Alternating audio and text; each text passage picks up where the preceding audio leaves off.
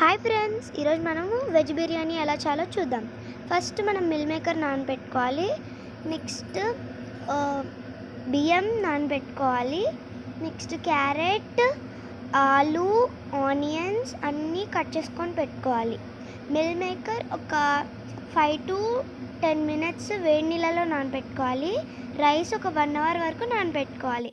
Next మనం గిన్నె ready చేసుకొని అందులో నెయ్యి కొంచెం వేసుకోవాలి. నెక్స్ట్ ఒక 2 spoons ఆయిల్ వేసుకొని కొద్దిసేపు అది వేడెక్కినంత వరకు వేయించాలి. తర్వాత మసాలాలు వేయాలి. లవంగాలు, బిర్యానీ ఆకు, బిర్యానీ పువ్వు, దాల్చిన చెక్క ఇవన్నీ వేసుకోవాలి మీకు కావాల్సినవి. అవి వేగినంత వరకు అన్నీ మంచిగా కలుపుకుంటూ ఉండాలి. తర్వాత అందులో ఉల్లిపాయలు వేసుకొని మిక్స్ చేసుకోవాలి. అవి వేగినంత వరకు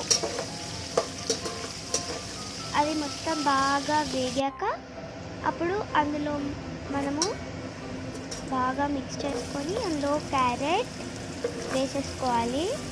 క్యారెట్ కూడా బాగా ఉడకాలి, అంతవరకు కలుపుకుంటూ ఉండాలి. తర్వాత ఆలు కూడా వేసేసుకోవాలి. ఆలు చాప్ చేసుకున్న ఆలు వేసుకొని నీట్గా కలుపుకొని అవి వేగినంత వరకు ఆగాలి. 5 minutes or 10 minutes పడుతుంది. నెక్స్ట్ ఆనియన్ మనము పేస్ట్ కోసం గ్రైండ్ చేసుకొని పెట్టుకోవాలి. నెక్స్ట్ గ్రైండ్ చేసుకున్న ఆలు పేస్ట్ అందులో వేసేసుకోవాలి. ఆనియన్ పేస్ట్ వేసేసుకోవాలి. అది బాగా మిక్స్ చేసేసుకోవాలి. దాని తర్వాత మనం అందులో నానబెట్టుకున్న మిల్ మేకర్ వేసేసుకొని కలుపుకోవాలి బాగా. దాని తర్వాత మీకు గరం మసాలా, బిర్యానీ మసాలా మీకు నచ్చిన మసాలా వేసుకొని బాగా మిక్స్ చేసుకోవాలి. దాని తర్వాత ఇది ఇలాగా మసాలా మొత్తం దానికి యాడ్ అయినాక అందులో మనము నానబెట్టుకున్న రైస్ వేసేసుకోవాలి.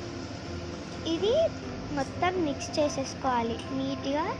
ఒక 3 to 5 minutes వరకు నీట్గా దాన్ని కలుపుకుంటూ ఉండాలి. నేను కలుపుకున్నాక 3.5 cups రైస్ తీసుకున్నాను. సో దానికి 7 cups ఆఫ్ వాటర్ వేసుకోవాలి. వాటర్ వేసుకొని బాగా కలుపుకోవాలి.